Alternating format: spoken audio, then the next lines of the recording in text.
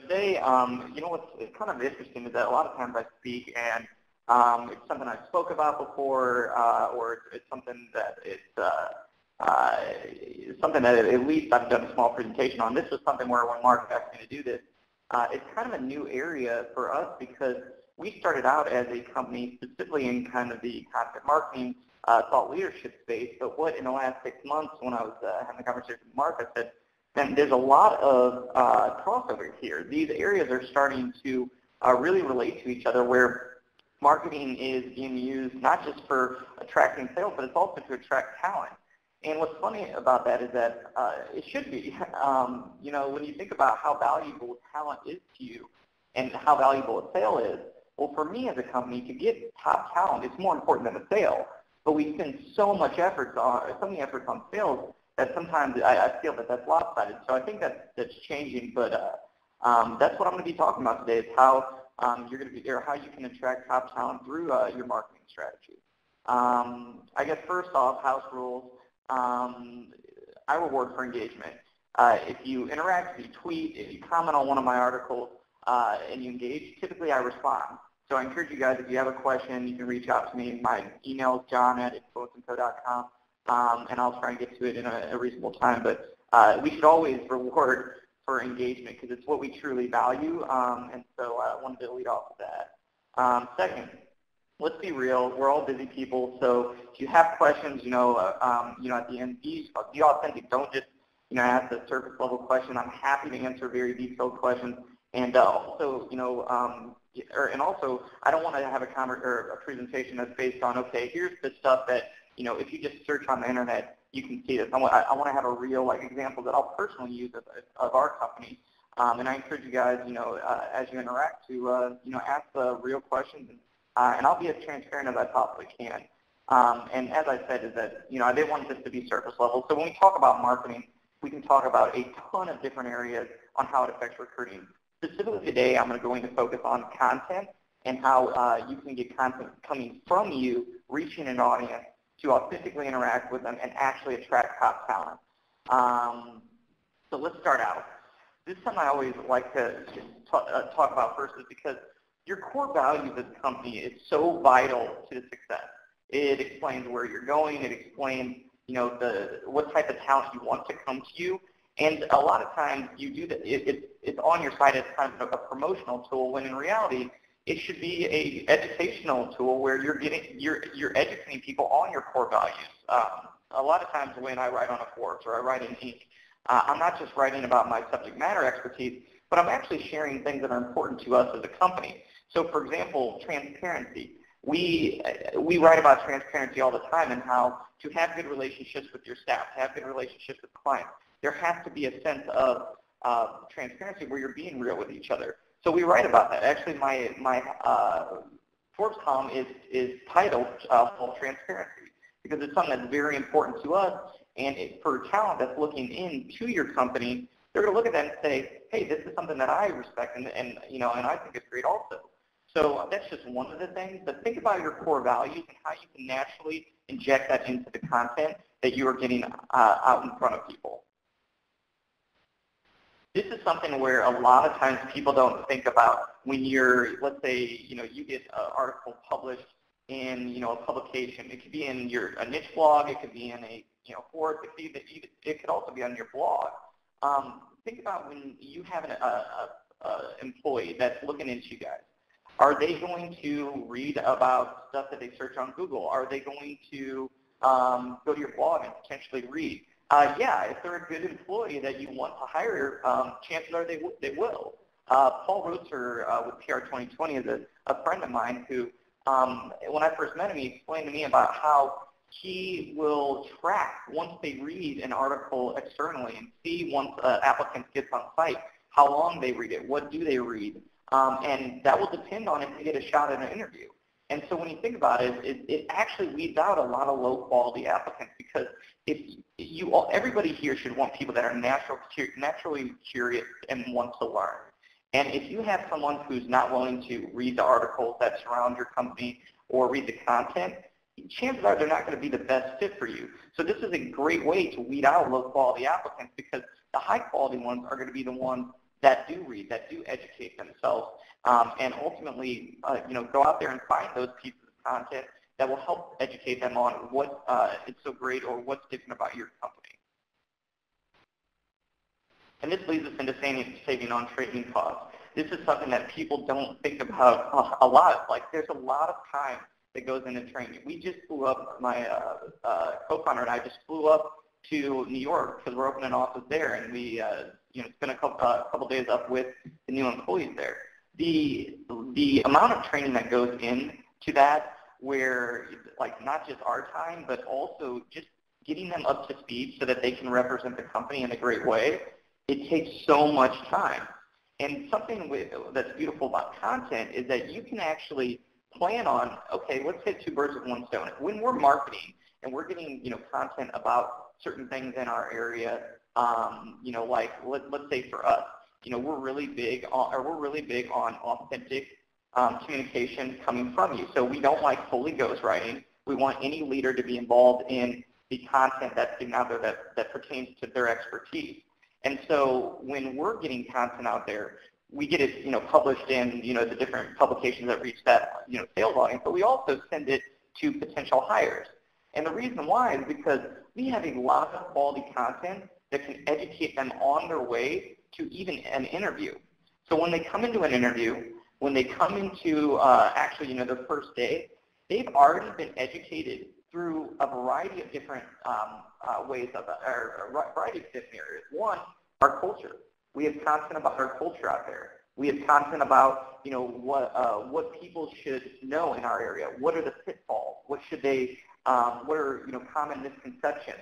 And so when you think about that, they come in and they've already spent a ton of time educating themselves, which is the best way to educate someone is that they have to want and try, because you can't always be educating someone. A part of that is on them. So when it's their first day or second day here, at least at Influence Co., we know that there's certain things that we sent them that they should already somewhat be retaining, or at least if they did read it and they did retain it, when we go over it again with them, then they should retain it. So it saves a ton of time on training costs. Establishing yourself as a leader, this is something that is key. Obviously, this is what my company does, so I'm extremely biased, but I also think about when you think about top talent, one of the big things, I would say, at least I, as a younger, entry-level person, I thought about, who do I want to work for? Typically, you want to work for someone you like. You also want to work, but I would say even more importantly, sometimes you want to work with the best. The best talent wants to learn. They want to be challenged, and a lot of times they are not.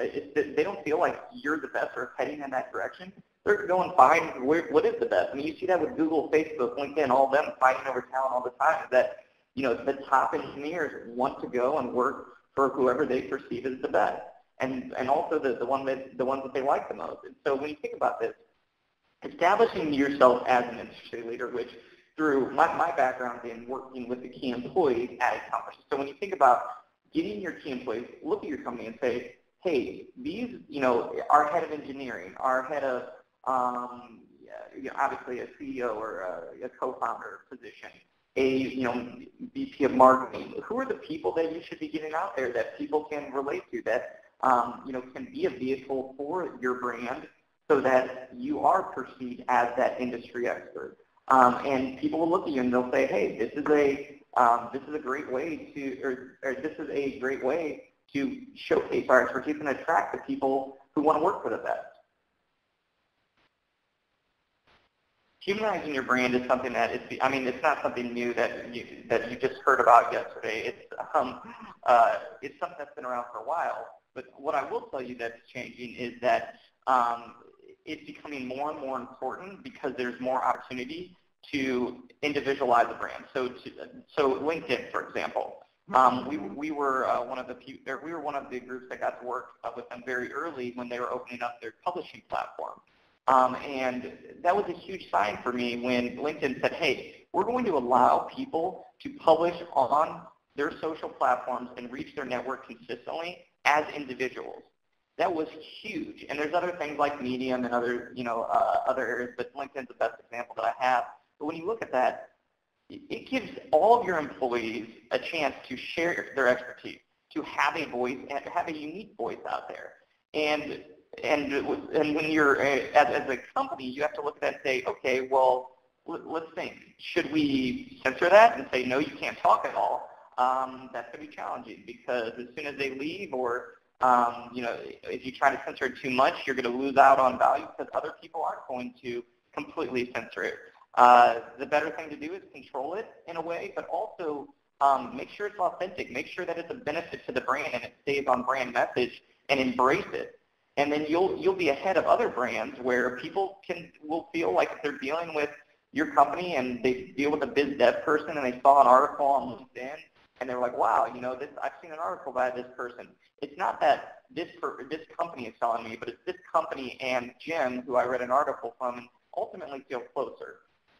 This happens to me very, very frequently, where I've never even met someone, and they come up to me and like shake a hand and shake my hand. They're like, oh, great, it's great to chat, and it feels like they already know me and my company. It's just because they pay attention to the content that I get out there, along with other leaders in the company.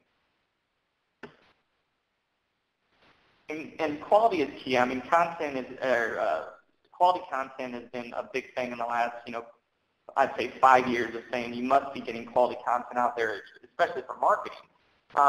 What's interesting about for recruiting is that top recruits typically are fairly intelligent. And if you write an article that is very surface, that doesn't even really add much value, people see through that bullshit. So when you think about going after a certain audience, you might get the, oh gosh, this is a cool article, kind of somewhat entertaining at a surface level. However, the ones that are typically pretty intelligent are going to be the ones that the content is very quality. It actually has it has great takeaways. It has support to back it up. It's authentic. So it feels like it's coming from someone real, and not just a brand. And so think about that. Make sure that it's not just about quantity in getting a bunch of content out there. It's about consistency, staying on top of people's minds, and also the quality of the content itself. Which this perfectly leads in staying on top of people's minds. This is one of the strongest marketing techniques ever. It's very simple. It's just putting a process in place to stay on top of people's minds. You have to think about the talent that's out there at different brands or different companies.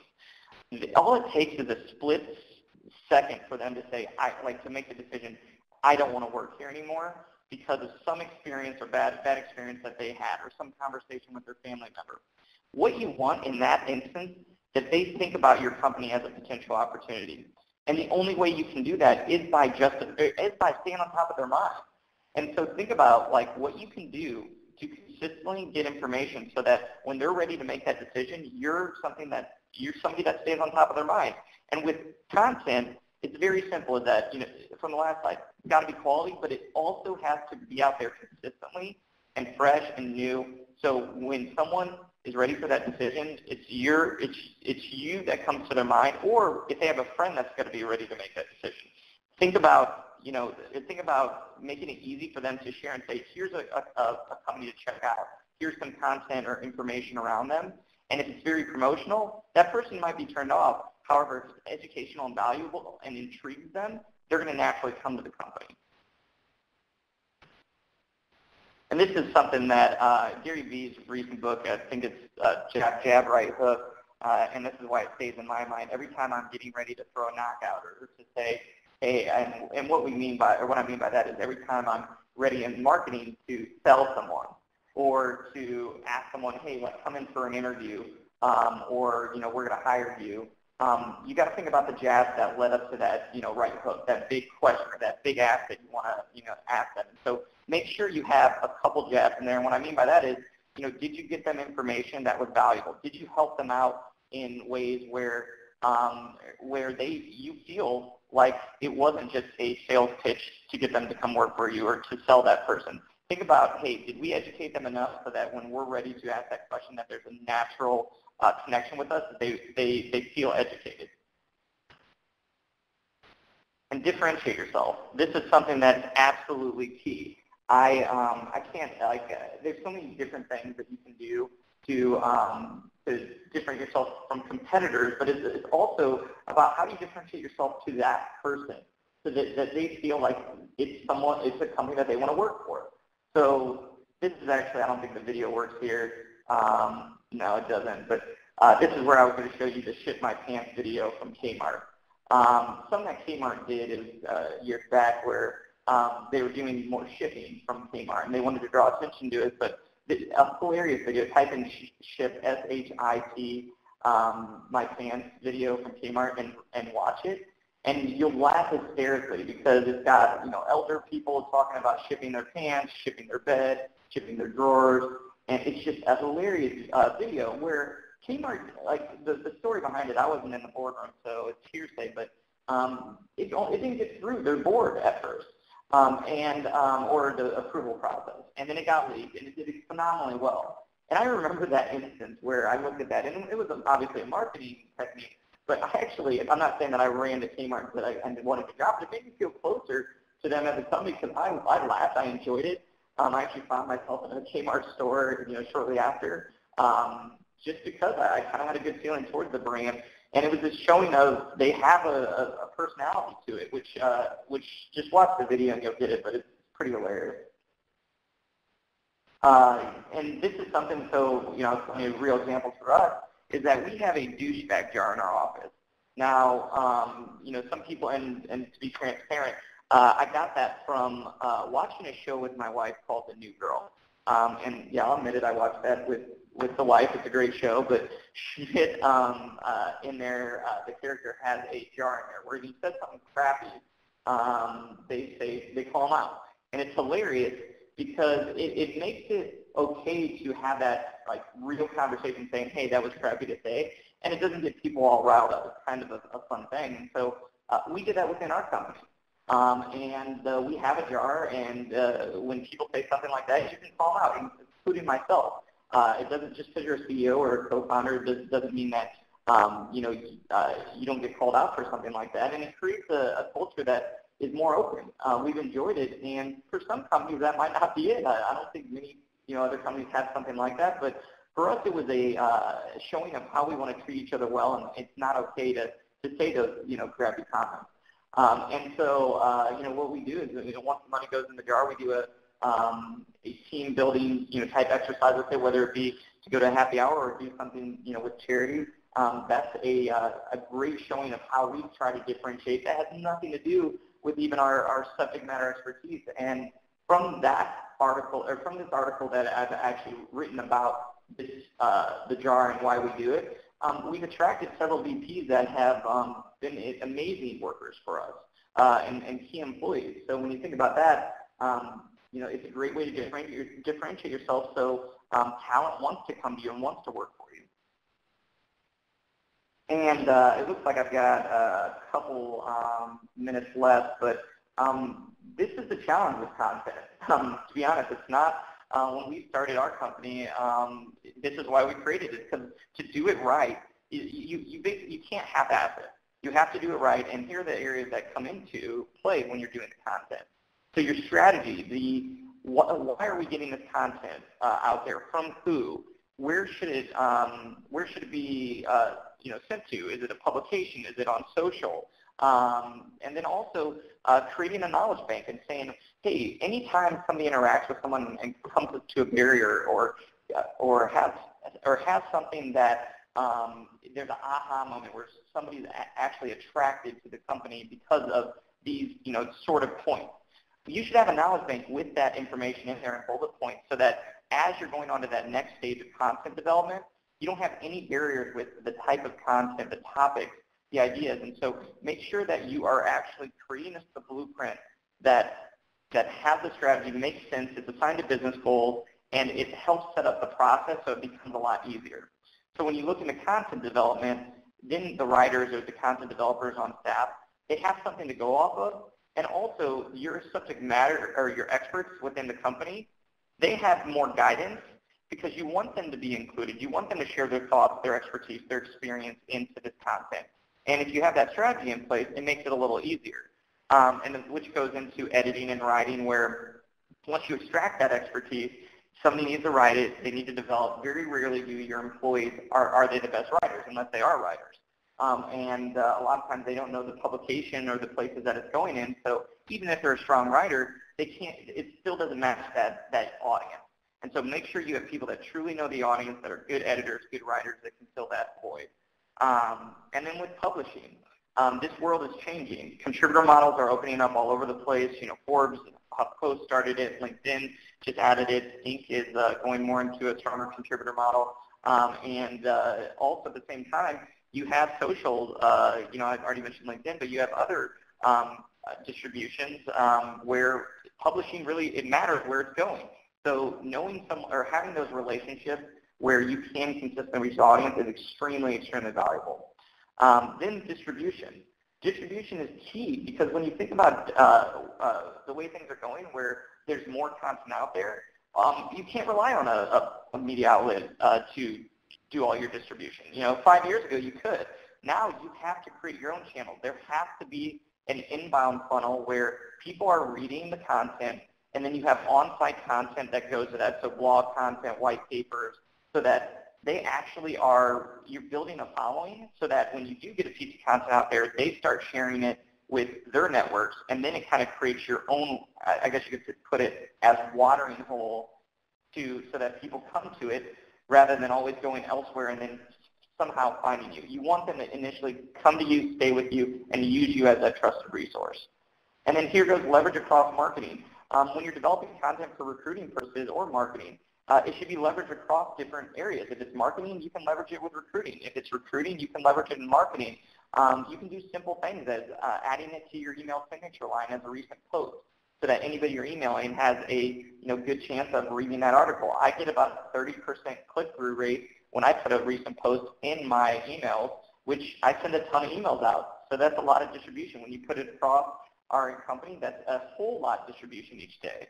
So that's just I could give another hour just specifically on distribution and leveraging, but I think we've got 1 minute left, so I'll just have to end there. But really, thank you for having me, Mark. I appreciate the the invite, and from here I'll take some questions and we'll go from there. Well, thank you very much, John. This was a really enlightening presentation and way of looking at what top candidates are looking for, how to get the right people into your organization.